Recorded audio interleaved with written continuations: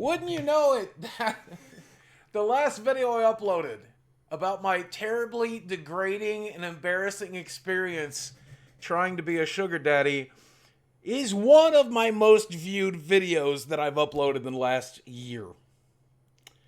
So yeah, the message has been heard loud and clear. You want to hear more disgusting, embarrassing, and degrading stories from my life? And I'm going to give you what you want. The following story is exaggerated for comedic effect. Please don't sue me. Please don't take my magic cards. That's all I have left, mommy. Now, my YouTube demographics tells me that the majority of people that watches my videos are above the age of 20. But if you are not one of those people, I would like to politely ask you to hit the back button because this story ain't for you, kid, okay? Go watch Coco Melon. When you look like the Michelin Man, sometimes you have to settle when it comes to dating. Sometimes you have to settle on looks, or settle on personality, or just accept the fact that they want to feed you to death. At least that's what 30-year-old me thought, okay? These days, either you love me right or you don't get to love me at all. Doesn't matter what I look like, doesn't matter how crazy I am.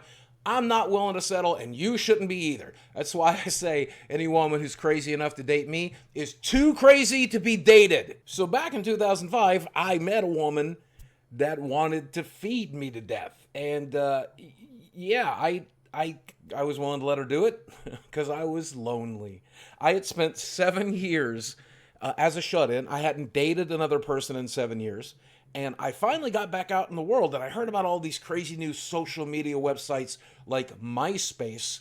Got on MySpace, and within just a month or so, I met a woman from my local area who was interested in a guy my size. Now, gentlemen, you may meet a woman who's willing to deal with the fact that you're a big guy. Maybe they are even attracted to it. But if you find a woman who exclusively wants to date big guys, and only big guys, it might turn out to be a red flag. In this case, it definitely was. After getting to know each other, after going on a few dates, after kind of liking each other, she explained that yes, she was attracted to me not just because of my size, but because she very much was into that. And she would be even more attracted to me if I was willing to put on weight for her, because that was her kink, that was her thing. She liked to date big guys and help make them even bigger. Now, obviously, anybody with self-esteem would run away there. Anybody there who didn't want to die a premature death would run away. But I was both, not so right in the head and had no self-esteem whatsoever. Hell, I barely have any now. So the idea of being fucked to death by a beautiful woman who was also feeding me cheesecake sounded, chef's kiss, exactly the way I wanted to go. And whereas obviously I'm not going to show you a picture because I don't want to dox this poor young lady who made the mistake of dating me 20 years ago, I do want to say at the time she was one of the most beautiful women I'd ever dated. Probably was the most beautiful woman I ever dated. Skinny, petite body, tall, long hair, gorgeous. And you know what? Probably still one of the most beautiful women I've dated, if I'm being honest. And the sex was kinky and weird and good. And I should be honest, the sex is probably only good for me. Because the sex can only be so good for the woman involved when she's making love to a man the size and the shape of a waterbed. But she did, in fact, love the body I was in. She liked the man titties and the folds. And she would, we would be at a movie theater and she would be like, grabbing creases and hiding her hands in holes and stuff, and I didn't get it, but she got it, and that's good enough for me. I was just happy to be there, man. And food, for the one and only time, was part of the sexual regime. We would go to a buffet, I would overeat, we would come home, she would be so turned on, we wouldn't make it into the house sometimes, okay? There was kinky foreplay stuff happening at Ryan's Steakhouse, okay? There were people at Japanese buffets throwing up their sushi because of the stuff we were doing in the back room, all right? It was weird, man. And she would cook for me and bake for me, and she would make a cheesecake with extra butter and cream in it. And I mean, it was so good. Even Leo wants some. That's how good it was. If you have never had a woman sit in your lap naked and feed you cheesecake, I highly recommend it. Even though I don't have a lap and she was actually just laying on my gut, it still was super hot. And we ended up moving in together. And, I was broke and lonely and miserable. But when she would come home from work with her paycheck and use it to buy groceries and force feed me cheesecake, life was slightly less miserable than it had been for me at that point. So I would accept it. We even fetishize Thanksgiving, which is, I think, a feeder's dirtiest, nastiest holiday, okay? And I'm going to tell you the story. I told it on the A Street podcast. I'm going to censor myself a little bit because this is YouTube and not a live stream. So I'm going to try to be less graphically detailed, but I'm going to get into it. The night before Thanksgiving, she baked a bunch of pies, and I woke up on Thanksgiving Day with a hot, fresh pie, not a slice of pie, a hot pie ready for me for breakfast. And I did what I was told to do. I ate that pie because that's what you do in this type of relationship. She had been up since the crack of dawn baking a turkey and a ham. And I mean, she was a good cook. She had been basting this turkey like it was the cure for cancer. She was basting this turkey like she was going to win a Food Network award, okay? And when it came out, it was juicy and delicious, and I ate the turkey. I want to make that clear. I did not eat part of the turkey. I ate the turkey. When I was so full, I couldn't move anymore. She got up and started undressing, and she's like, "Are you sure you can't make more room?" I'm like, "Sweetheart, there's nothing left to eat. I ate it all." And she's like, "Oh, but there's still dessert." She goes into her pantry. I'm so fat, I couldn't fit into this pantry. She goes into the pantry, comes out with a Walmart bag, and she's like, "Let me go make dessert." Which didn't make sense to me because I'd already eaten the pies for breakfast. She closed the bedroom door and after a few minutes told me to come in.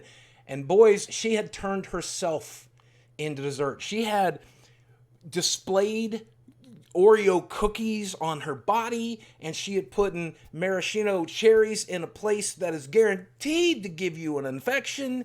And I had a very good Thanksgiving. I very much enjoyed that Thanksgiving. Thank you for that. Thank you. But there were plenty of signs that I was ignoring at this point that things weren't right.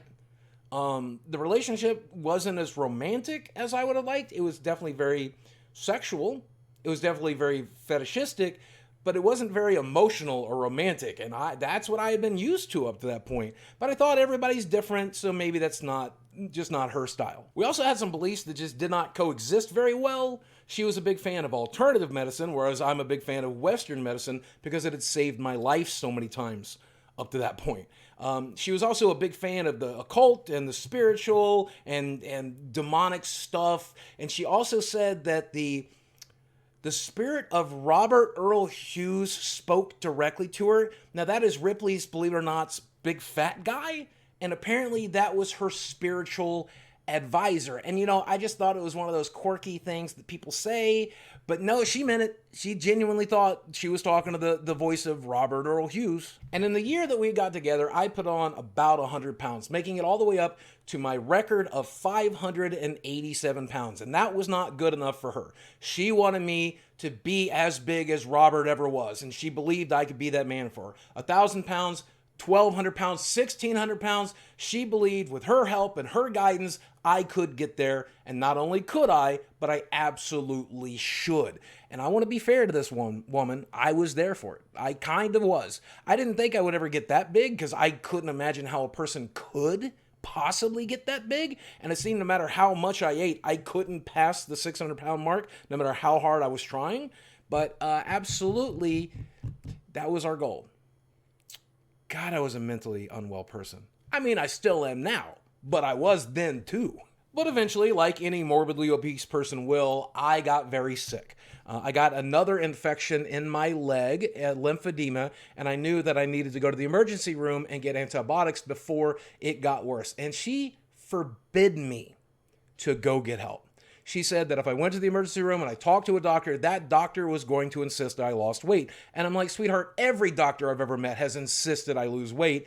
I never have. I don't know that I ever will. Thank God I was wrong. But I'm like, I don't think I'm going to lose weight this time, but I need the medicine to not, die.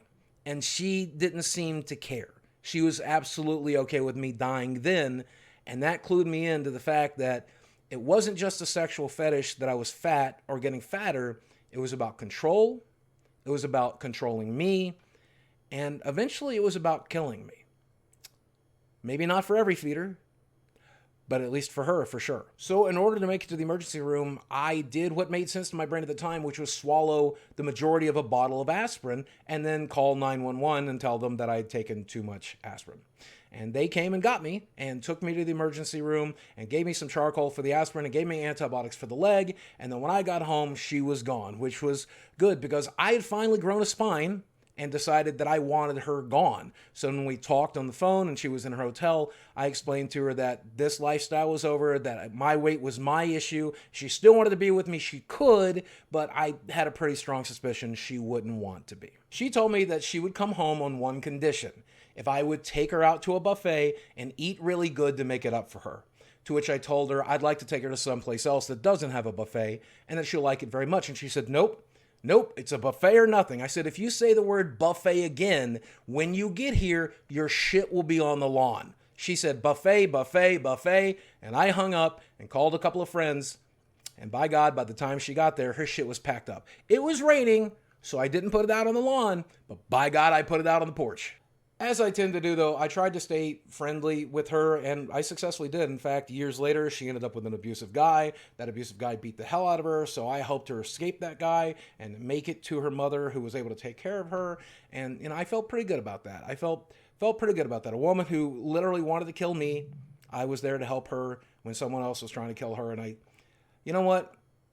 I probably shouldn't put that part in the story, but I'm going to because I'm proud of myself. I'm proud of myself, and by God, it's been 20 years. I deserve the kudos for it. So feel free. Call me a hero. Yes, I am a hero. And we remained friendly right up until I met the woman who would eventually be my ex-wife, but my wife at one point. And she asked me, had I met somebody? I said, yes. She says, is it serious? I said, yes.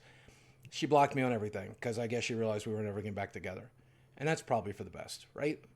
I hope she's okay. And if you ever see this, I hope you're well. All things considered, I hope you're well. I'm doing pretty good, and I hope you are too. So if you made it all the way to the end of this embarrassing, awful story, there's two things I want from you. Number one, never settle. You deserve to be loved the way you want to be loved, and don't settle for anybody who won't. And number two, drop a like on this video if you found this entertaining, educational, or anything else in between. Hopefully it does as well as the last video, and if it is, I promise you, I've got more terrible, embarrassing life stories to tell you. Some are funny, some are just depressing, some are both, like this one. I think this one's both. Guys, as always, thanks for watching. I love you very much, and I will speak with you again soon.